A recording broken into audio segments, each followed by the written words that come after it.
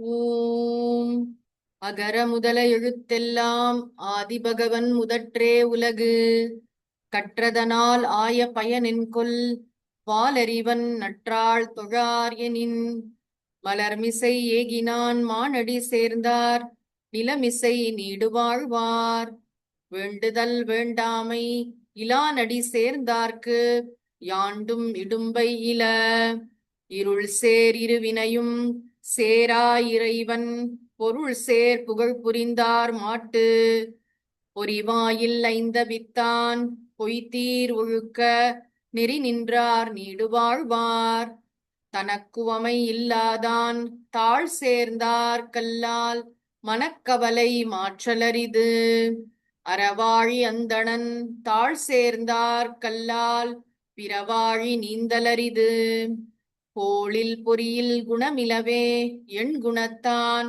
தாளை வணங்காத்தலை பிறவிப் பெருங்கடல் நீந்துவர் நீந்தார் இறைவனடி சேராதார். ஓம் உலக முதல்வனை வாலறிவனை மலர்மிசை ஏகியவன் தன்னை வேண்டுதல் வேண்டாமை இல்லாத இறைவனை பொறிவாயில் ஐந்தவித்தான் தன்னை தனக்குவமை இல்லாத அறவாழி அந்தணனை எண்குண இறைவனை போற்றி அமைதியான ஆனந்த ஆன்மவித்தை அருளும் ஓங்கார குருநாதர் மலர்பாதம் தலைமேற்கொள்வாம். ஓம். அனைவருக்கும் வணக்கம். திருவள்ளுவரின் திருவருளாலும் குருவருளாலும் திருக்குறளில் பொருட்பாலில் அமைந்துள்ள கல்வி என்ற அதிகாரத்தை நிறைவு செய்து கல்லாமை என்ற அதிகாரத்திற்குள் நுழைகிறோம். நாம் படித்துக் கொண்டிருக்கக்கூடிய பகுதி அரசியல். ஒரு அரசன் அல்லது தலைவனுக்கு இருக்க வேண்டிய இலக்கணங்கள். இறை மாட்சி சொன்னாரு. அவர் முக்கியமா அந்த தலைவன் நன்றாக கற்றறிந்தவனாக இருக்க வேண்டும் என்று கல்வி என்ற அதிகாரத்தை திருவள்ளுவர் அருளி செய்திருக்கிறார்.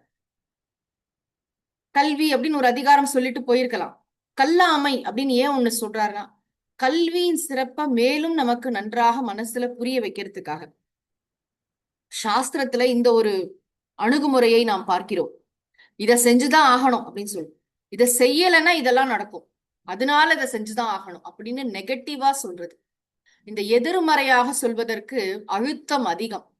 ஒரு விஷயத்த வலியுறுத்தி சொல்லணும் அப்படின்னு சொன்னா, இது பண்ணலைன்னா என்னென்ன ஆகுங்கிற கான்சிக்வன்சஸே சொன்னாதான். இதை நீ செய்யாம விட்டேன்னா என்ன ஆகும் தெரியுமா அப்படின்னு சொல்லுவோம் இல்லையா குழந்தைகிட்டே. நம்ம இப்ப படிக்கலன்னு வச்சுக்கோயேன், அப்புறம் நீ மார்க்கே வாங்க முடியாது, அப்புறம் ஃபெயில் ஆயிடுவ அப்படி சொல்றோம் இல்லையா. படிச்சுதான் ஆகணும். இப்ப நெகட்டிவா சொல்லுவோம், அப்படி ஒரு கஷ்டம் வருமா நமக்கு, நம்ம ஃபெயில் ஆயிடுவோமா அப்படின்னு ஒரு பயம் வரும் இல்லையா. அதனால நம்மள தர்மத்துல தூண்டுறதுக்காக, இப்போ நம்ம அலட்சிய போக்கை தவிர்ப்பதற்காக கல்வி கற்றுத்தான் ஆக வேண்டும். நம்ம முன்னாடியே சொல்லிட்டோம், இது கல்வி என்பது பள்ளியில நம்ம படிக்கிறதுங்கிறது ஒரு அம்சம். கற்பவை கற்க, அதை மறக்க கூடாது.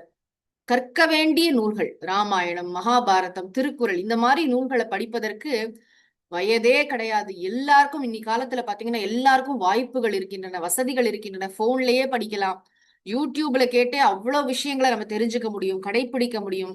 ஆனா அதுல ஒரு சிஸ்டம் இருக்கணும், முறையா படிக்கணும். தாறுமாறுமா எல்லா லெக்சர்ஸையும் கேட்கறது, அங்க ஒண்ணும் இங்க ஒண்ணும், அது முறையான கல்வி ஆகாது. குரு, ஒரு ஆச்சாரியர் என்று ஒருவரை ஏற்றுக்கொண்டு அவரிடம் முறையாக கற்றல் அப்படிங்கிறதுக்கு அதுக்கு ஒரு மகிமை இருக்கத்தான் செய்யும். நான் தொடர்ந்து 20 வருஷம் ஒருத்தட்ட படிச்சேன், ஒரு பெரிய ஒரு மகான் கிட்ட இதெல்லாம் படிச்சிருக்கேன் அப்படின்னா அதோடைய சிறப்பு வேறு. என்ன ஆகும் அப்படின்னா, அந்த குரு எப்படி சிந்திப்பாரோ அந்த சிந்தனை முறைகள், அதுல இருந்து ஆரம்பிச்சு எல்லாம் இந்த சீடனுக்கு கை வரும். எப்படி அவர் ஒரு விஷயத்த அவர் எப்படி பார்ப்பார் அப்படிங்கிறது வரைக்கும் சொல்லி தருவார் ஒரு குரு. அதை முறையா படிக்கணும், கன்சிஸ்டன்டா, தொடர்ச்சியா. அதனாலதான் ஒரு நூல் எடுத்துட்டு அதை முழுமையா படிக்கிறது, பொறுமையா படிக்கிறதுன்னு வருஷ கணக்குல படிப்பாங்க. சும்மா அங்கொன்னும் இங்கொன்னும் நுனிப்புள் மேய்வது மாதிரி அல்ல. நம்மளுடைய இதுலயே பாத்தீங்கன்னா சொற்பொழிவு வேற, வகுப்பு வேறன்னு சொல்லுவாங்க. சொற்பொழிவுன்னு என்ன, அப்படி அழகா பேசிட்டு போறது, லெக்சர். ஆனா வகுப்புன்னு ஏன் சொல்றாங்க தெரியுமா? வகுப்புன்னா அதுல மாணவனுக்கு கேள்வி கேட்க முடியும். மாணவன் ஒரு தனக்கு ஏதாவது சந்தேகங்கள் வந்தா கேள்வி கேட்க முடியும். அங்க முறையான ஒரு டெக்ஸ்ட் இருக்கும். ஏதாவது ஒரு நூலை வைத்துக்கொண்டு அதுக்குதான் பொருள் சொல்லுவாங்க. ரேண்டமா எதோ பேசுறது இல்ல. இந்த நூல்ல இந்த ஸ்லோகத்துக்கு இந்த குறளுக்கு அர்த்தம் சொல்றோம் அப்படின்னு உட்கார்ந்து சொல்றது. அதுல நிறைய வந்து அந்தந்த ஆசிரியருக்கு அவருடைய மனோபாவனைக்கு, அவருடைய பயிற்சிக்கு, அவருடைய அனுபவத்திற்கு தக்கவாறு பல விஷயங்கள் அதில் வரலாம். ஆனா அடிப்படையில ஒரு சாஸ்திரம் இருக்கணும். இந்த சாஸ்திரம்ங்கிற பற்றுக்கோடை வைத்துக் கொண்டுதான் இந்த கல்வி என்பது நிகழ முடியும். சாஸ்திரம்னா ஒரு நூல். அது தர்ம சாஸ்திரமா இருக்கலாம், எந்த சாஸ்திரமா வேணாலும் இருக்கலாம். ஆக கல்வியின் முக்கியத்துவத்தை உணர்த்த வேண்டும். நம்ம மனசுல ஆழமா பதிய வைக்கிறதுக்கு என்ன பண்ணணும்னா, இந்த எதிர்மறையாவும் சொல்லி வைப்போம். படிக்கலைன்னா என்னென்ன கெடுதல் வரும் அப்படிங்கிறதையும் சொல்லுவோம் அப்படின்னு திருவள்ளுவர் இங்கே இறங்கியிருக்கார். கடவுள் வாழ்த்திலே பார்த்தோம்னா, தனக்கு உவமை இல்லாதான் தாழ் சேர்ந்தார் கல்லால் மனக்கவலை மாற்றல் அரிது. அறவாழி அந்தணன் தாழ் சேர்ந்தார் கல்லால் பிறவாழி நீந்தல் அரிது. கோளில் பொறியில் குணமிலவே என்குணத்தான் தாளை வணங்காத்தல். இதெல்லாம் நெகட்டிவா சொல்லப்பட்ட விஷயங்கள் தான். நீ வணங்கலைன்னா ரொம்ப கஷ்டம்ப்பா. உன்னால வந்து மனக்கவலை உன்னால மாத்திக்க முடியாது. இறைவனை நீ அறிந்து வழிபடவில்லை என்று சொன்னால் உன்னை வாழ்க்கையில கவலை என்பதை தவிர்க்க முடியாது. அதே மாதிரி இந்த பணம் சம்பாதிக்கிறதுக்கு, குடும்பம் நடத்துறதுக்கும் நீ பாடா பட வேண்டி இருக்கும். கடவுளை பற்றி கொள்ளாத வாழ்க்கை வந்து உயிரோட்டமே இல்லாம இருக்கும். உன்னுடைய உடம்பே பயனற்று போய்விடும். இப்படிலாம் சொன்னார் வந்து. அதே மாதிரி இந்த இடத்துல கல்வியுடைய முக்கியத்துவத்தை வந்து எதிர்மறையாக நமக்கு சொல்லி உணர்த்துகிறார். நம்ம திருக்குறள்ல இன்னொரு விஷயத்த கவனிக்கணும். திருவள்ளுவர் வந்து ஒரு டாபிக் எடுத்து அதுக்கு 10 குறள் அப்படின்னு வச்சிருந்தா கூட, சில இடங்கள்ல என்ன ஆகுறதுன்னு கேட்டா, 10 குறள்லயும் ஒரே விஷயத்த வந்து வேற வேற கோணத்துல அழகா சொல்லி கொண்டே போவார். சில டாபிக் வந்து 10 குறள்ல அடங்காது. இந்த கல்வியெல்லாம் அந்த மாதிரி விஷயம்தான். 20 குறள் சொல்லணும். அவ்வளவு விஷயம் இருக்கு அவர்கிட்ட. அதனால வந்து கல்லாமை அப்படின்னு தனியா ஒரு கேட்டகரி போட்டு படிக்கலைன்னா என்ன ஆகுங்கிறத அழகா முறைப்படுத்தி இருக்கிறார். கல்வியோட முக்கியத்துவத்தை சொல்றதுக்கு கல்வி அதிகாரமே போரும். இருந்தாலும் கல்லாமை ஏன் சொல்கிறார்னா, நம்ம படிக்கலைன்னா வாழ்க்கையில வந்து நமக்கு முன்னேற்றம் ஏற்படாது. நம்ம கல்வி கற்றே ஆக வேண்டும். அதுல 2வது கருத்துக்கு இடம் இல்லை.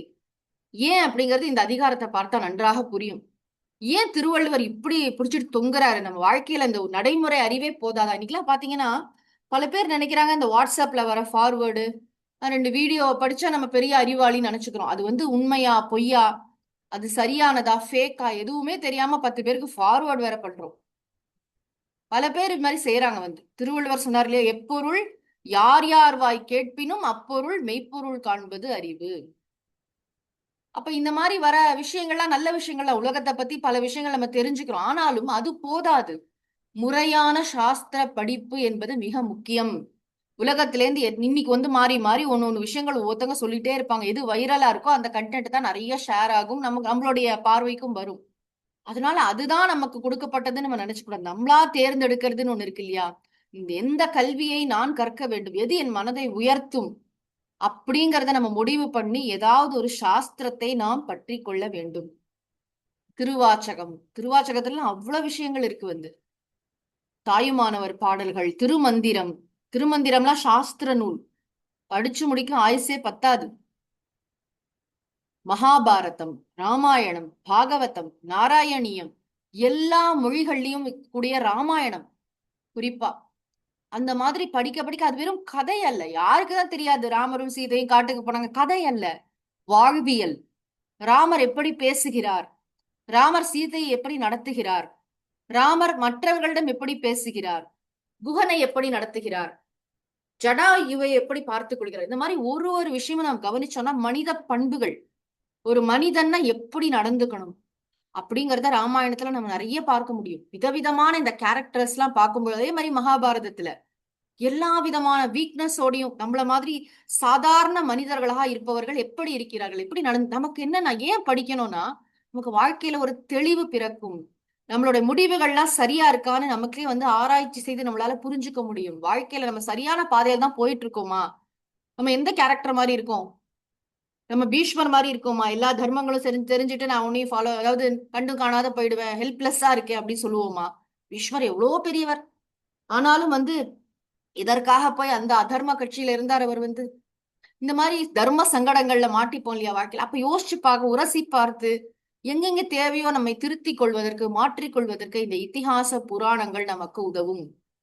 நம்முடைய பாரம்பரிய இந்த சாஸ்திர படிப்பு அது மட்டும் இல்ல, நம்ம எந்த சாஸ்திரம், நமக்கு வந்து கணித சாஸ்திரம் எல்லாத்துமே அறிவு துறைகள் ஏராளம். தீபாவளின்னு ஒரு பண்டிகை கொண்டாடுறோமே, எதுக்கு கொண்டாடுறோம்? அறிவொளி, அறிவொளியை போற்றுகின்ற ஒரு பண்டிகை. அறிவு துறைகள் ஏராளம். பிசிக்ஸ் ஒண்ணு, கெமிஸ்ட்ரி ஒண்ணு, botany, zoology, computer science, AI, robotics எவ்வளவு வந்திருக்கு பாருங்க. இன்னைக்கு அறிவு துறைகள் வளர்ந்து கொண்டே செல்கின்றன. மொழிகள், எவ்வளவு மொழிகள் படிக்கிறோம், எவ்வளவு மொழிகள் படிக்கணும் நம்ம. இப்ப எவ்வளவோ விஷயங்கள், எத்தனையோ விதமான கலைகள், 64 கலைகள் சொன்னா இன்னைக்கு மேலேயே இருக்கு. சின்ன சின்ன விஷயங்கள்ல கூட ஆச்சரியமான வகையில எல்லாரும் அவங்களுடைய படைப்பாற்றலை வெளிப்படுத்துறத நம்ம பார்க்கிறோம். எவ்வளவு இன்னோவேஷன், சின்ன சின்ன விஷயத்துல ஆரம்பிச்சு மனிதனுக்குள்ள, அதாவது அறிவை பயன்படுத்தினா எப்படி இருக்குங்கிறத நம்ம ஒரு ஒரு துறையிலையும் பார்க்கிறோம். சின்ன கிச்சன்ல ஒரு ஒரு விஷயத்துல ஆரம்பிச்சு எத்தனையோ விஷயங்கள்ல வந்து இன்னைக்கு வந்து வாழ்க்கை மாறிக்கொண்டே இருக்கிறது, சிறப்படைந்து கொண்டே இருக்கிறது. காரணம் என்ன தெரியுமா? கல்வி. எங்கேயோ அதை கத்துப்போம், அதோட இன்ஸ்பிரேஷன்ல நம்மளா ட்ரை பண்ணி பார்ப்போம், போக போக வரும். இப்படி நம்மள சிந்திக்கும் ஆற்றல்னு ஒண்ணு இருந்தா கூட கல்விங்கிறது அங்க இருக்கும். கத்துக்காம நம்ம செய்ய மாட்டோம். ஆக இந்த எந்த துறையிலும் முறையா படிக்கிறது அப்படின்னு ஒண்ணு இருக்கு. முறையாக படித்தால் அந்த அறிவு நன்றாக மிளிரும். ரொம்ப நல்லா பாட வரும் அப்படின்னா கூட அவங்க முறையா ஒரு குருட்ட போய் பாடினாங்கன்னா அதோடைய நியூஆன்சஸ், அந்த நுணுக்கங்கள் நன்றாக பிடிபடும். அப்பதான் அவங்க இன்னொருத்தருக்கு நன்றாக சொல்லி தர முடியும். இது வந்து வாழையடி வாழையென வரக்கூடிய பரம்பரை இல்லவா?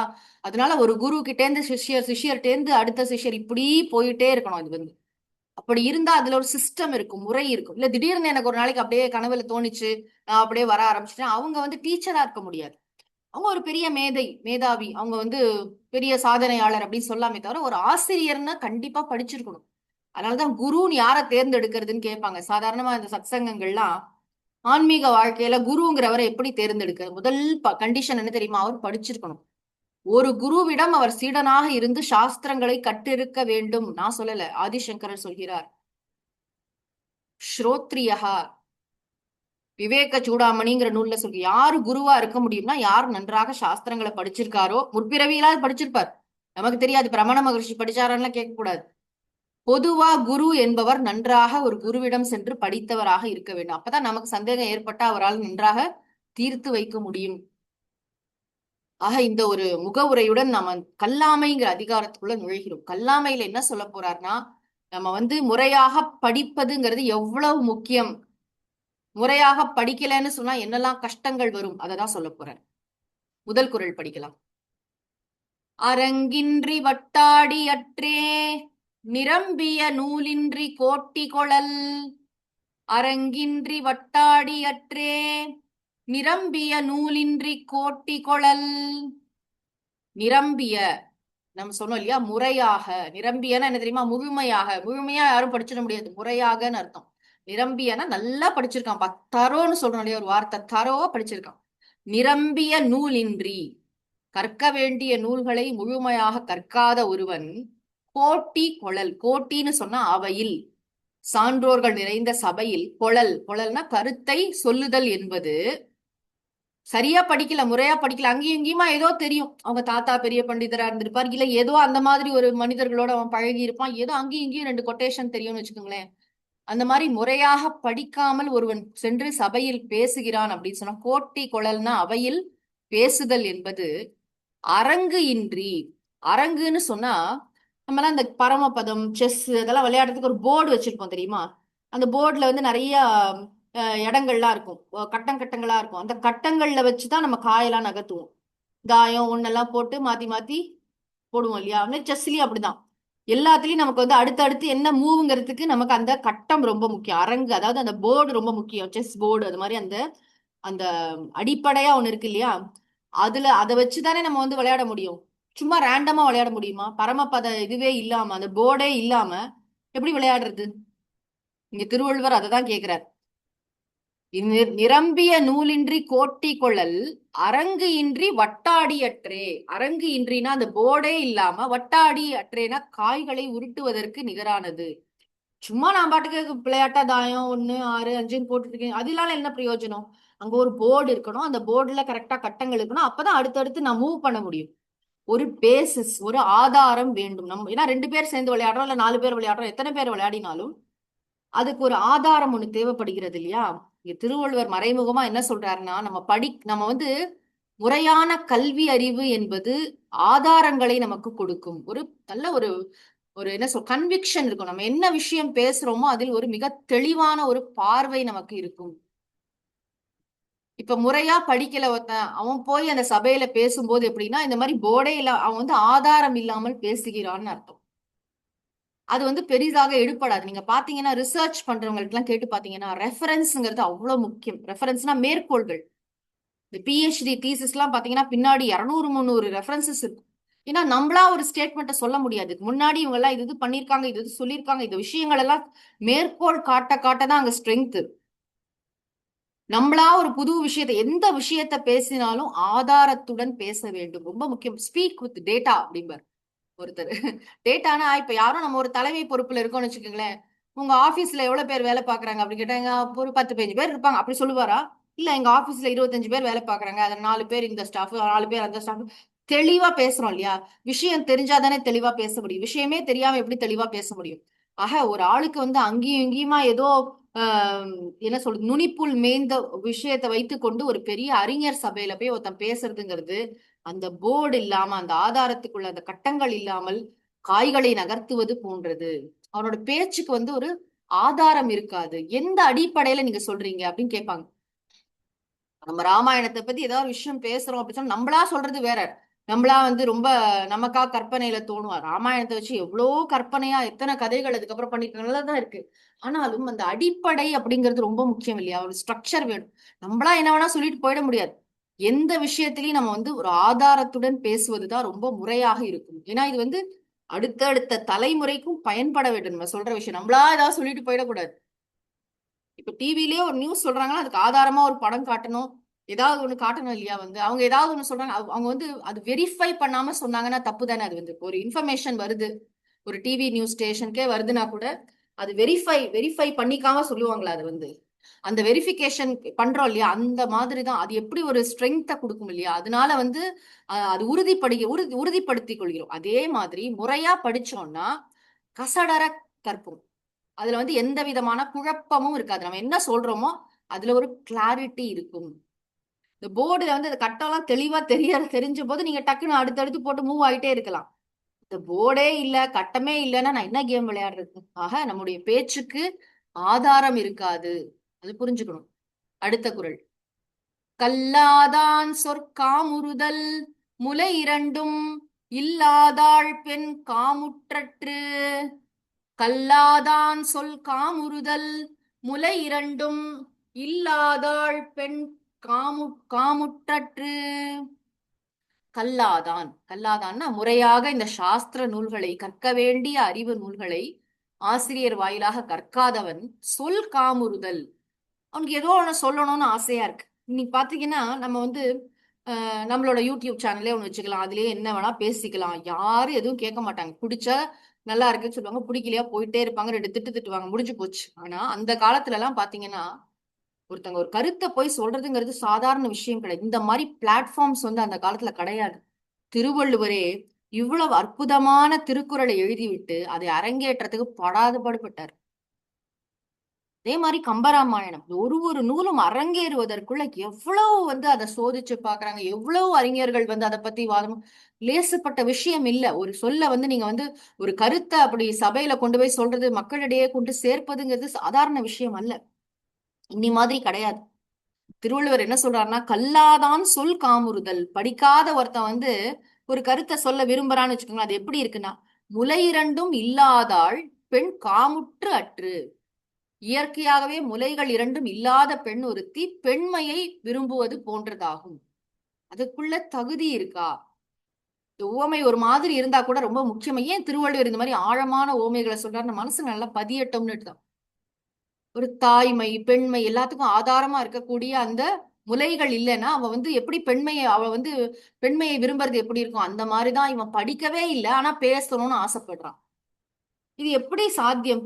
ஒருத்தர் படிக்கவே இல்லை, ஆனா வந்து நான் சர்ஜரி பண்ணணும்னு ஆசைப்பட்டாருன்னு நம்ம போய் அலோவ் பண்ணுவோமா? எனக்கு சர்ஜரி பண்ணுங்க டாக்டர்னு சொல்லுவோமா? இதெல்லாம் பிடிச்சி போலீஸ்ல கொடுப்போம். அந்த டாக்டரை வந்து போலி டாக்டர்னு சொல்லுவோம். அதே மாதிரிதான் படிக்கிற விஷயத்திலையும் நம்ம இன்னைக்கு கூட நிறைய கேட்கிறோம். இந்த ஊடகங்கள்ல எல்லாம் நிறைய பேர் பேசுறாங்க. சில பேர் ரொம்ப அழகா பேசுறாங்க. முறையா படிச்சவங்களோட பேச்சுக்கும் முறையா படிக்காம அங்கேயும் இங்கேயும் நுனிப்புள் மேய்ந்து பேசுறவங்களுக்கும் நிறைய வித்தியாசம் தெரியும். 10 நிமிஷம் கேட்டாலே நமக்கு தெரியும் இவங்க ஆதாரத்தோட பேசுறாங்களா இல்ல பேசணும்னு பேசுறாங்களாங்கிறது புரிஞ்சு போயிடும். அதனால வந்து இங்க என்ன இந்த விஷயம் ஏன் ஒரு மாதிரி சொன்னா கூட என்ன புரிஞ்சுக்கணும்னு சொன்னா அதற்குரிய தகுதி வேண்டும். ஒரு சபையில பேசுறோம்னு சொன்னா நல்ல ப்ரிப்பேர்டா இருக்கும். நமக்கு நல்ல ரொம்ப வருஷமா நம்ம படிச்சிருக்கோம், இதுலயே ஊறி இருக்கோம்னா பயமே இருக்காது பேசுறதுக்கு. ஸ்டேஜ் ஃபியர் இவங்க ஏன்னா நமக்கு தெரிஞ்சதை நம்ம சொல்ல போறோம். அந்த காலத்துல அந்த வாதம்ங்கிறது அவ்வளவு பெரிய விஷயமா இருந்தது. சொற்போர். 2 அறிஞர்கள் வந்து அவ்வளவு வந்து உண்மையை தெரிந்து கொள்ள வேண்டும் என்பதற்காக 2 பேர் பேசுவாங்க. 2 பேருக்கும் ஈக்குவலா லாஜிக்கலா இருக்கும். இவர் ஒரு லாஜிக் படி பேசுவார், அவர் ஒரு லாஜிக் படி. அறிவில் சிறந்து விளங்கிய நாடு பாரத நாடு. அதனாலதான் பாரதம் அப்படிங்கிற சொல்லுக்கே பானா அறிவொளி, ரதம்னா மகிழ்ச்சி, அறிவொளியில் மகிழ்கின்ற மக்கள் வாழ்கின்ற நாடு. எத்தனையோ பல்கலைக்கழகங்கள் இருந்த நாடு. இந்த ஐரோப்பா அமெரிக்க நாகரிகங்கள்லாம் பிறக்கறதுக்கு முன்னாடியே வந்து கல்வியில் சிறந்த நாடு தமிழ்நாடு மட்டும் இல்ல, பாரத நாடு முழுக்க.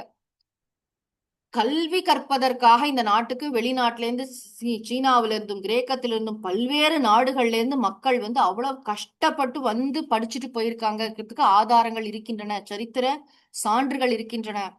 கல்வியில அவ்வளவு சிறந்த எத்தனையோ ரிஷிகள், மகான்கள், பெரியவர்கள், சாஸ்திர நூல்களை அருளி செய்தவர்களா இருந்திருக்காங்க. அவ்வளவு பெரிய மகான்கள் ஒரு வாழ்க்கை முழுக்க ஒரு புஸ்தகம் எழுதி முடிச்சிருப்பாங்க. அந்த ஒரு புஸ்தகம் அப்படி ஒரு மேக்னம் ஓப்பஸ்ன்னு சொல்லுவாங்க, அப்படி இருக்கும்.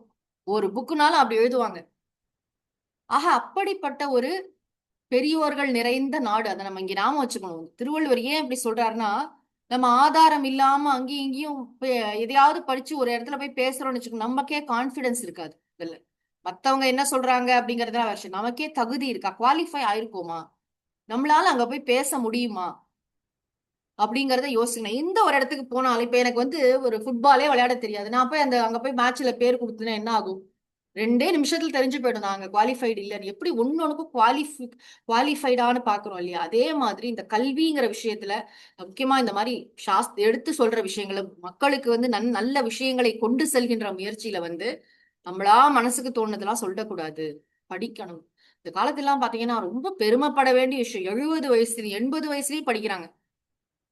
94 வயதுல ஒருத்தர் வந்து ஒரு இதுல ஒரு கோர்ஸ்ல படிக்கிறார் ஒருத்தர். அவர் வந்து அங்க சில கேள்விகள்லாம் கேட்கப்பட்டு பதில் அனுப்ப சொல்றாங்க. 94 வயசுல கேள்விக்கெல்லாம் பதில் எழுதி அனுப்புறாங்க. கல்விக்கு வயதே இல்லை. ஆர்வம் மட்டும் இருந்தா எந்த வயசுல வேணாலும் படிக்கலாம். படிப்புக்கு எந்த விதமான தடையும் இல்லை. பாத்தீங்கன்னா அதனாலதான் ஸ்ரீராமகிருஷ்ணர் சொன்னார், வாழும் வரை கற்றுக்கொண்டே இருப்பேன். என்ன வார்த்தை அது! படிக்கிறதுல சோர்வே கிடையாது. புதுசு புதுசான ஆன்மீக சாதனைகள்ல அவர் செய்யாத ஆன்மீக சாதனைகளே இல்ல. ஒரு மனிதனால வாழ்நாள்ல செய்யவே முடியாது. அவ்வளவு தந்திர சாதனைகள், வேதாந்த சாதனைகள், யோக சாதனைகள், பலவிதமான பாவங்கள், அதெல்லாம் அவருடைய உடம்பு வந்து அவ்வளவு அதனால பாதிக்கப்பட்டது.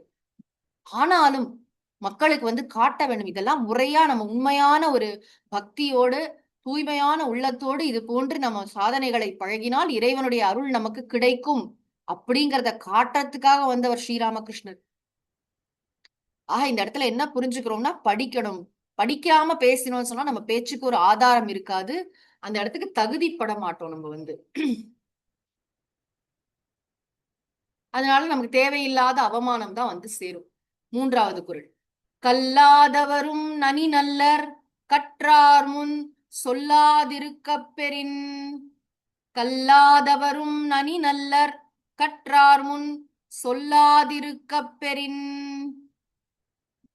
கற்றார் முன், கற்றவர்கள் சபையில் அவர்கள் முன்னிலையில் சொல்லாது இருக்க பெறின், பேசாமல் இருக்க இயலுமானால். எப்பயுமே இந்த குறை குடம் கூத்தாடும்னு சொல்லுவோம் பாத்தீங்களா? ஒண்ணுமே தெரியாதவனால பிரச்சனையே கிடையாது.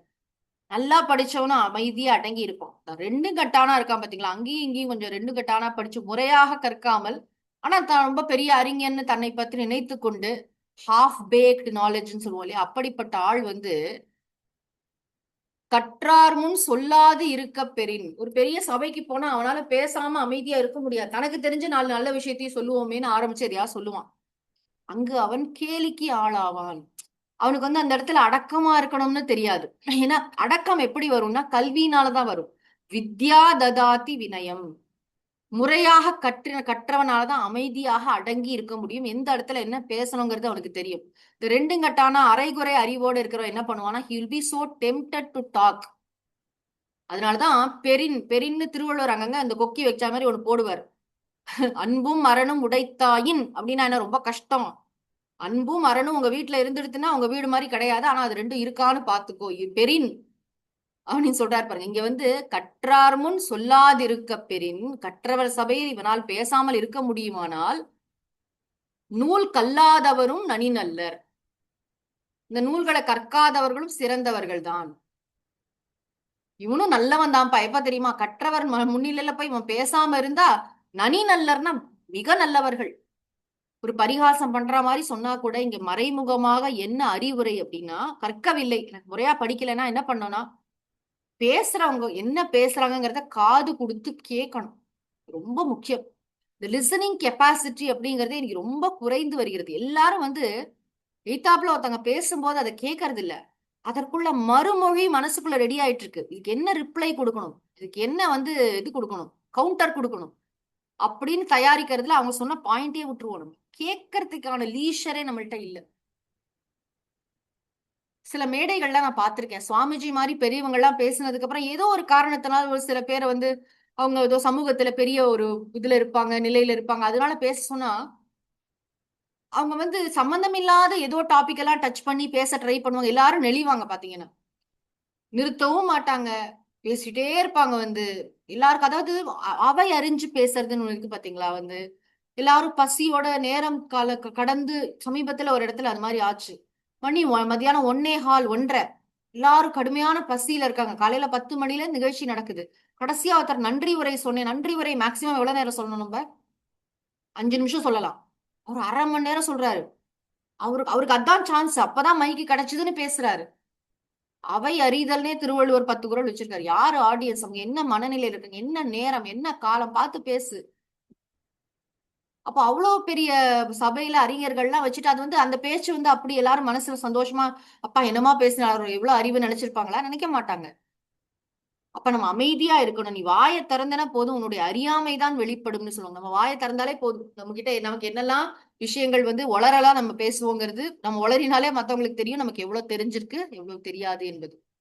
அதனால நம்மளோட பேரை காப்பாத்திக்கணும்னு சொன்னா என்ன பண்ணணும், கற்காதவர்கள் அமைதியாக இருக்க பரிகாசமா சொன்னா கூட, கற்காதவர்கள் கற்றவர்கள் சபையில் தயவு செய்து நல்ல கருத்துக்களை பொறுமையாக கேட்க கடவர். கல்விங்கிறது என்ன பெரிய கம்பசூத்திரமா, வரதான் வரும். நம்ம 10 வருஷம் தொடர்ந்து படிச்சா வரப்போகுது, முயற்சி செய்யணும், அவ்வளவுதான். வந்து அது வரைக்கும் அமைதியாக அடக்கமாக இருக்க தெரிய வேண்டும். கற்றவர் சபையில போய் நம்ம படிக்காம பேசக்கூடாதா மேட்டர். திருவள்ளுவருக்கு ஒன்றும் துவேஷம் எல்லாம் கிடையாது. கல்வி கற்காதவனை வந்து பரிகாசம் பண்ணணும், கிண்டல் பண்ணணுங்கிறதெல்லாம் நோக்கம் கிடையாது. இழிவா பேசணும்னு நோக்கம் கிடையாது. அவனும் படிக்கணும். படிச்சாதான் அந்த வித்தைக்கு ஒரு பெருமை, படிச்சாதான் அவன் உண்மையிலேயே பயனை கொடுக்க முடியும். படிக்காம பேசுறது பிரயோஜனம். ஏன் இவ்வளவு சொல்றாரு, இந்த 3 குறள்ல என்ன சொல்லியிருக்காரு அப்படின்னா, கற்காதவர்கள் அவையில் உரையாட தகுதியற்றவர்கள். ஏன் அப்படி சொல்றாருன்னா, 4வது குறளை படிச்சா நமக்கு புரியும்.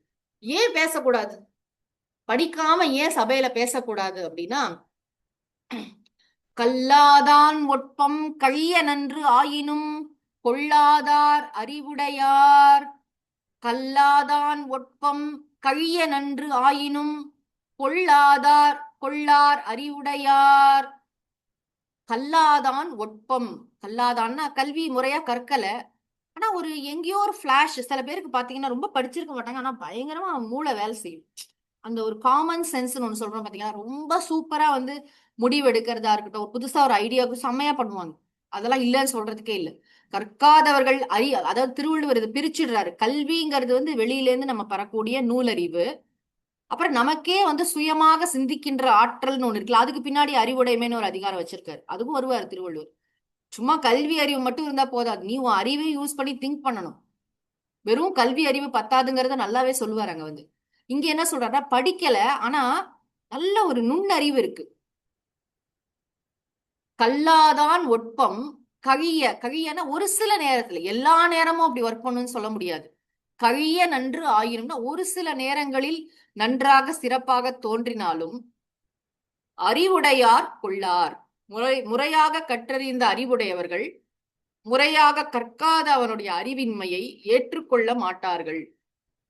அதாவது முறையாக கற்காதவனுடைய அறிவு, அவன் ஒரு சஜஷன் சொல்றான்னு வச்சுக்கோங்களேன், எடுத்துக்க மாட்டாங்க. ஏன் எடுத்துக்க மாட்டாங்க அப்படின்னா, எங்கெங்க தேவையோ எடுத்துப்பாங்க. எல்லா இடத்துலயும் வந்து அது வந்து ஒரு பெரிய விஷயமா எடுத்துக்க மாட்டாங்க. ஏன் தெரியுமா? இவன் முறையா கற்கல, இவனுக்கு பேசிஸ் இல்ல, ஆதாரம் இல்ல. ஒரு விஷயத்துல இவன் சரியா சொல்லியிருப்பான். இதுக்கு சரியான உதாரணம் சொல்லணும். ஒரு தடவை சுவாமிஜியோட எங்கேயோ போயிட்டு இருக்கும்போது, அவர் கூட இருக்கிற ஒருத்தர் வந்து ஏதோ ஒரு விஷயத்த பத்தி சுவாமிஜி சொல்லும்போது அதுக்கு சரியான ஒரு பரிந்துரை சொல்றாரு. இப்படி பண்ணலாங்களே சாமி. இவன் கூட கரெக்டா சொல்றானே, இப்படி பண்ணலாமே அப்படிங்கிற உடனே அந்த பர்சனுக்கு ஒரே சந்தோஷம். ஆஹா, நம்ம சொல்றத சாமி வந்து நம்மளோட ஐடியாவை கூட எடுத்துக்கிறாரு அப்படின்னு ஒரு சந்தோஷம். இது வந்து அந்த ஒரு பிரச்சனைக்கு அந்த ஒரு விஷயத்தோட முடிஞ்சு போச்சு. எல்லா விஷயத்திலயும் சுவாமிஜி அவரை டிஸ்கஸ் பண்ணி எடுப்பாருன்னு அர்த்தம் கிடையாது. ஏன் அப்படின்னா, சுவாமிஜியோட முறையான கல்வி அறிவுன்னு ஒண்ணு இருக்கு இல்லையா? வந்து நாளைக்கு என்ன சாஸ்திரம் எடுக்கணும், நாளைக்கு என்ன கிளாஸ் எடுக்கணுங்கிறதுல அவர்கிட்ட போய் டிஸ்கஸ் பண்ண மாட்டார். ஏதோ ஒரு சில வேலையெல்லாம் பிளாஷ் மாதிரி அவங்களும் சில நல்ல விஷயங்கள்லாம் சொன்னா கூட, முறையாக கற்றறிந்த அறிவாளிகளுக்கு நமக்கு நல்லா தெரியும். அவங்க சொல்ற விஷயத்துல இருக்கிற தோஷங்களும் புரியும். ஏதாவது ஒரு ஐடியா சொன்னா அது வந்து அதுக்கு ஃபார் லுக்கிங்னஸ், தீர்க்க தரிசனம். இதை இம்ப்ளிமெண்ட் பண்ணா என்னெல்லாம் பிரச்சனைகள் வருங்கிறது கற்றறிந்தவருக்கு விளங்கும். அதுக்காக தான், இல்லாட்டி எதுக்கு சிவில் சர்வீஸ் படிக்கிறாங்க நம்ம நாட்டுல வந்து விழுந்து விழுந்து? நம்ம நாட்டை ஆளணும், மக்கள் எல்லாம் ஆட்சி பண்ணணும், மக்களுடைய பிரச்சனைகளை புரிஞ்சுக்கணும்னு சொன்னா சிவில் சர்வீஸ்ல வந்து குதிரை ஏற்றத்துல இருந்து எல்லாம் படிக்கிறாங்க. கார் ஓட்டத்து அத்தனை விதமான விஷயங்களும் அவங்களுக்கு தெரியணும். வந்து ஒரு கலெக்டர்னா சும்மா கிடையாது. ஒரு ட்ரைனிங்லாம் அப்படி இருக்கு. அதே மாதிரி துறவி, ராமகிருஷ்ண மடம் மாதிரி இருக்கிற இடத்துல இருக்கக்கூடிய துறவிகள் என்ன மாதிரி பயிற்சி கொடுக்குறாங்க அவங்களுக்கு எல்லாம். ஏன் தராங்க அப்படின்னா, அப்பதான் அவங்க வந்து நன்றாக மக்களுக்கு வந்து சேவை பண்ண முடியும். இப்ப இங்க நம்ம பாக்குற விஷயம் என்ன அப்படின்னா, படிக்காதவனுடைய அவங்க எவ்வளவு இன்டெலிஜென்ட்டா இருந்தாலும் சரி, அது ரொம்ப பெரிய விஷயமா அறிவாளிகள் எல்லா நேரமும் எடுத்துக்க மாட்டாங்க. ஏதோ ஒரு சில நேரம் ஒரு பிளாஷ் மாதிரி அவன் சொல்றதை எடுத்துப்பாங்களே தவிர, படிச்ச ஒருத்தர் சொல்றாரு, நான் பார்த்திருக்கேன் ஒரு சில அறிஞர்கள்லாம் உண்மையிலேயே ரொம்ப வந்து இப்ப மகாபாரதத்துல 1,00,000 ஸ்லோகம் இருக்கு. யாரு படிச்சா? யாரோ ஒருத்தர் தான் படிச்சிருப்பாங்க. ஒரு படிச்சுட்டு ஒரு அறிஞர் சொல்றாரு என்கிட்ட, திரௌபதி சிரிச்சா, துரியோதனன் வழுக்கி விழுந்ததை பார்த்து திரௌபதி சிரிச்சா அப்படின்னு மகாபாரதத்துல இல்லைன்னு சொல்றாரு. அப்படின்னு மகாபாரதத்துல இல்லைன்னு சொல்றது எப்படி சொல்றாருன்னா, எல்லா ஸ்லோகத்தையும் படிச்சுட்டு சொல்றாரு. இது எவ்வளவு பெரிய சோர்ஸ்! படிச்சதுனாலதானே சொல்ல முடியும். அதெல்லாம் இருக்காது. இருக்காதுங்கிறது வேற. இருக்கா இல்லையா? புஸ்தகத்தை யார் படிப்பா? 1,00,000 ஸ்லோகம் உங்களுக்கும் எனக்கும் படிக்க நேரம் இருக்கா? இல்ல படிச்சாதான் புரியுமா? அப்ப படிச்சவங்களுடைய அருமைன்னு ஒண்ணு இருக்கு இல்லையா? அவங்களால சரியாக அந்த விஷயத்த வந்து சொல்ல முடியும். ஆனா ஒரு தடவை வந்து என்னாச்சு, ஒரு ஆராய்ச்சி லேப்ல வந்து ஏதோ ஒரு விஷயம் பண்ணிட்டு இருக்கோம் படிக்கிற காலத்துல. ஐஐடில காலையில இருந்து சாயங்காலம் வரைக்கும் இப்படி வந்து மாத்தி மாத்தி ஏதோ ஒண்ணு பண்ணி ஒண்ணு கண்டுபிடிச்சிட்டோம். ஆஹா, சூப்பரா பண்ணிட்டோம் அப்படின்னு சொல்லிட்டு நாங்க ரொம்ப பெருமைப்பட்டுட்டு இருக்கும்போது அங்கேயிருந்து எங்க ப்ரொஃபசர் வராரு. ப்ரொஃபசர் வந்து வெளிநாட்டுல எல்லாம் படிச்சவர். அவர் வந்து மத்தியானம் 3 மணிக்கு தான் வராரு. நாங்க அது வரைக்கும் காலையில இருந்து போராடி ஏதோ ஒரு சொல்யூஷன் கண்டுபிடிச்சிருக்கோம். நாங்க வந்து இதை கண்டுபிடிச்சிட்டோம் அப்படின்னு சொன்னோடனே அவர் உடனே சொல்றாரு, இல்ல இல்ல அப்படி பண்ணீங்கன்னா இந்த பிரச்சனை வரும். ஒரே நிமிஷத்துல சொல்றாரு. நாங்க காலையில 10 மணில இருந்து மத்தியானம் 3 மணி வரைக்கும் பண்ணின உழைப்பு, அவருடைய எக்ஸ்பீரியன்ஸ், அவருடைய முறையான கல்வி, அதன் முன்னால வந்து அது குறைஞ்சுதான் போகுது. நம்ம முயற்சி பண்றோம், முயற்சியில சக்சஸ் ஆகும், ஃபெயிலியர் ஆகும். ஆனா முறையான கல்வி, அவர் படிச்சிருக்காரு இல்லையா? அதனால அவருக்கு தெரியுது இப்படி பண்ணா இந்த பிரச்சனை வரும்னு அவருக்கு தான் தெரியுது, எங்களுக்கு தெரியல. ஆராய்ச்சி மாணவர்களா இருக்கும்போது சொல்றேன். ஆக ஒரு ஒரு விஷயத்திலயும் அந்த ஸ்ட்ரென்த், அந்த ஒரு கன்விக்ஷன் எப்படி வரும்? நல்ல ஒரு இந்த விஷயத்த வந்து இப்படித்தான் வரும் அப்படிங்கறது ஆதாரத்தோட சொல்றதுன்னா அதுக்கு படிக்கணும்ப்பா. நீ வந்து படிக்காம பேசினேன்னு சொன்னா அந்த கல்வி அறிவு இல்லாதவனை பார்த்து சொல்றாரு திருவள்ளுவர். நீ வந்து என்னதான் இன்டெலிஜென்ட்டா இருந்தாலும் கற்றறிந்தவர்கள் பெருசா எடுத்துக்க மாட்டாங்க. நீ பேசுறத வந்து சில இடத்துல நானே பாக்குறேன். சில இடத்துல வந்து ஆஹ் சம்ஸ்கிருத ஸ்லோகங்களாகட்டும், மாத்தி மாத்தி அர்த்தம் சொல்றாங்க. பிரிச்சு சொல்லும் போது வேற மாதிரி சொல்றாங்க. அவங்க முறையா படிக்கலங்கிறது தெரியாது. ஆனாலும் ஏதோ ஒரு ஆர்வம் சொல்லணும். நம்ம யாரையும் குறையா சொல்றதுல, யாரையும் மட்டமா பேசுறதுக்கு நமக்கு அதிகாரம் கிடையாது. ஆனாலும் ஒருத்தவங்களுக்கு சொல்லி தரோம் அப்படின் போது அது வந்து நல்ல கிளியரா நம்ம தெரிந்து கொண்டு சொன்னோம். உச்சரிப்புல சுவாமிஜி இதெல்லாம் ரொம்ப பர்டிகுலரா இருப்பாங்க. ஒரு ஒரு சொல்லையும் நம்ம எப்படி உச்சரிக்கிறோம்? அது வடமொழியா இருக்கட்டும், தமிழா இருக்கட்டும், என்ன மொழியா இருக்கட்டும், சரியா பேசுறோமா? நம்ம நன்றாக உச்சரிக்கிறோமா? நன்றா அந்த சொல்லுடைய பொருள் நமக்கு நன்றாக விளங்கி இருக்கிறதா? இன்னைக்கெல்லாம் பார்க்க முடியுமே இந்த சொல்லுக்கு உண்மையிலே என்ன அர்த்தம் அப்படின்னு. சில நூல்கள்லயே நான் பாக்குறேன், மீனிங் எல்லாம் தப்பு தப்பா போட்டு அந்த மாதிரி எல்லாம் செய்யறாங்க. எங்கேயோ அதுல வந்து அவங்க வந்து வெரிஃபை பண்ணிக்கல, முறையா படிக்கலங்கிறது சில எழுத்தாளர்களோட நூல்கள்ல கூட தெரியும். திருவள்ளுவர் இங்க சொல்ல வர விஷயம் என்ன அப்படின்னா, இந்த கல்லாதவனுடைய நுண்ணறிவு ஒரு சில நேரங்களில் நன்றாக சிறப்பாக வெளிப்பட்டாலும் தோன்றினாலும் அறிவாளிகள் அதனை ஏற்றுக்கொள்ள மாட்டார். பெருசா அதுக்கு ஒரு முக்கியத்துவம் கொடுத்து எடுத்துக்க மாட்டாங்க. அடுத்த விஷயத்துக்கும் அவரை வந்து சேர்த்துக்க மாட்டாங்க. நீங்க பாத்தீங்கன்னா அதனாலதான் எல்லா இடத்துலயும் அதுக்குதான் எக்ஸாம் வச்சிருக்காங்க, அதுக்குதான் ரிசர்ச் வச்சிருக்காங்க. ஒண்ணும் இல்ல, நீங்க இன்னைக்கெல்லாம் ஆராய்ச்சியாளர்களுக்கு எல்லாம் தெரியும். ஒரு ஒரு ஜேர்னலுக்கு நீங்க ஒரு இது அனுப்பிச்சிட்டீங்கன்னு வச்சுக்கோங்களேன், ஒரு பேப்பர் எழுதி அனுப்பியிருக்கீங்கன்னா அவ்வளோ பேர் அதை ரிவ்யூ பண்ணுவாங்க. யார் யாரும் உலகத்துல எந்த மூலையில இருக்கிற எந்த ப்ரொஃபசர் வேணாலும் எந்த சயின்டிஸ்ட் வேணாலும் ரிவ்யூ பண்ணுவாங்க. அதுல 10-15 கேள்வியோட வரும். சும்மா ஒண்ணும் கிடையாது. ஜேர்னல்ல ஒரு ஆர்டிக்கல் பப்ளிஷ் பண்றது அப்படிங்கிறது விளையாட்டு இல்ல. அறிவுத்துறைகள்ல நம்ம சும்மா காசை கொடுத்து போடுப்பான்னு சொல்லிட்டு போடுறது வேற வந்து. ஆனா பிஹெச்டி அந்த மாதிரி ரிசர்ச் பண்றவங்களுக்கு அதோட வழி என்னங்கிறது நன்றாக தெரியும். ஒரு ஆர்டிக்கல் பப்ளிஷ் ஆகணும்னா காலி ஆயிடுவோம் நம்ம வந்து. அவ்வளோ கேள்வி கேட்பாங்க. இதுக்கு என்ன ஆதாரம், அது எப்படி, இது வந்து இது எப்படி கேள்வி கேட்பாங்க. அதெல்லாம் பண்ணி நம்ம செஞ்சோம்னா அப்போ வந்து பெஸ்டா வரும் அந்த ஆர்டிக்கல். பாத்தீங்கன்னா அதோடைய தரமே வேற, அதனால வரக்கூடிய வாய்ப்புகளே வேறு. சோ கல்விங்கிறது அவ்வளவு முறையான கல்வியை பற்றி தான் திருவள்ளுவர் இங்க பேசிட்டு இருக்காரு. அடுத்த குறள். கல்லா ஒருவன் தகைமை தலை பெய்து சொல்லாடச் சோர்வுபடும். கல்லா ஒருவன் தகைமை தலை பெய்து சொல்லாடச் சோர்வுபடும். கல்லா ஒருவன், அறிவு நூல்களை முறையாக கற்காத ஒருவனுடைய தகைமை, தகைமைன்னு சொன்னா மதிப்பு. எவ்வளவு பெரிய ஆள் தெரியுமா எனக்கு, அதெல்லாம் எனக்கு தெரியும், இதெல்லாம் எனக்கு தெரியும் நினைச்சிட்டு இருக்கான் இல்லையா, தன்னை பற்றி அந்த சுய மதிப்பானது தலைப்பெய்து, தலைப்பெய்துனா முறையாக கற்றவனை பார்த்து சொல்லாட, அவங்க கூட பேசினா சோர்வுபடும், நீங்கிவிடும். நல்லா படிச்ச ஒருத்தன்ட்ட போய் பேசுற வரைக்கும் தான் நம்மள அறிவாளின்னு நினைச்சிட்டு இருப்போம். அவன்கிட்ட போய் 2 வார்த்தை பேசினாலே நமக்கு தெரிஞ்சு போயிடும். இவ்வளோ விஷயம் தெரிஞ்சிருக்கும். அவங்களோட அறிவுக்கு முன்னாடி நம்ம அறிவு ஒண்ணுமே இல்லை. சுப்சாப் வாய மூடிட்டு இருக்கணும்னு தோணும். அது வரைக்கும் தான் இவனுடைய மதிப்பு. எது வரைக்கும் கற்காதவனுடைய மதிப்பு எது வரைக்கும்னா, நன்றாக கல்வி கற்ற ஒருவன் முன்னாடி போய் பேசி பார்த்தா 2வது சென்டென்ஸ் 3வது சென்டென்ஸ்ல தெரிஞ்சிடும். அதுக்கப்புறம் பேசலாமா வேண்டாமான்னு. அவ்வளவு விஷயங்கள். விளையாட்டு இல்ல. ஒரு அறிவுத்துறையும் சரஸ்வதி இல்லையா? நீங்க நினைச்சு பாருங்க. ஒவ்வொரு துறைகள்லயும் எவ்வளவு நுணுக்கமான விஷயங்கள் இருக்கின்றன. நமக்கு புரிபடாத புலப்படாத எவ்வளவு விஷயங்கள் அந்தந்த துறையில் இருக்கின்ற அனுபவம் மிக்க கல்வி அறிவு பெற்றவர்களுக்கே விளங்கக்கூடிய எவ்வளவு விஷயங்கள் இருக்கின்றன. சோ அதுக்குள்ளேயே மரியாதையை கொடுத்துதானே ஆகணும் நம்ம வந்து. எப்படி நான் அந்த மருத்துவர் எக்ஸாம்பிள் ஒரு சரியான எக்ஸாம்பிள்.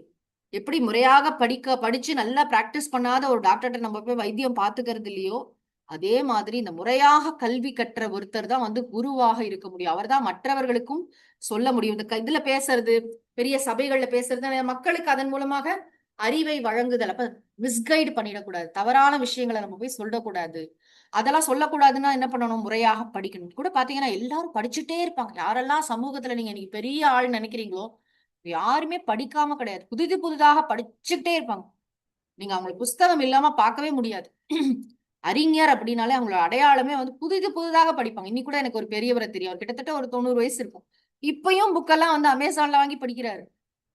படிக்கிறதுல அவங்களுக்கு போரே அடிக்கிறது இல்லை. அதுவும் புதுசான ஆத்தர் எல்லாம் படிக்கிறாங்க. ஆச்சரியம். ஆக அந்த கல்வி அறிவோடைய முக்கியத்துவத்தை நாம் நன்றாக புரிந்து கொள்வோம். இந்த அளவிலே வகுப்பை நிறைவு செய்வோம்.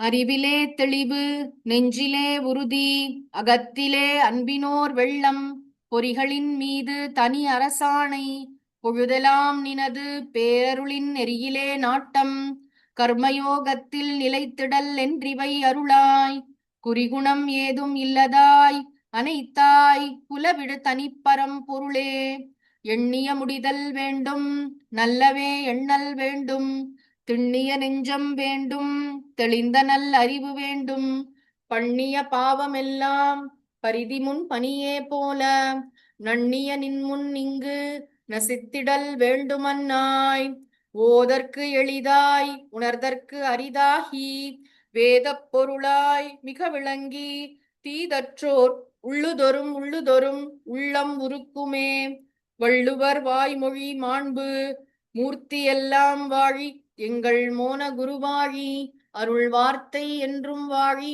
அன்பர் வாழி பராபரமே. ஓம் சாந்தி சாந்தி சாந்தி. ஹரிஹி ஓம். திருவள்ளுவர் திருமலரடிகள் போற்றி போற்றி.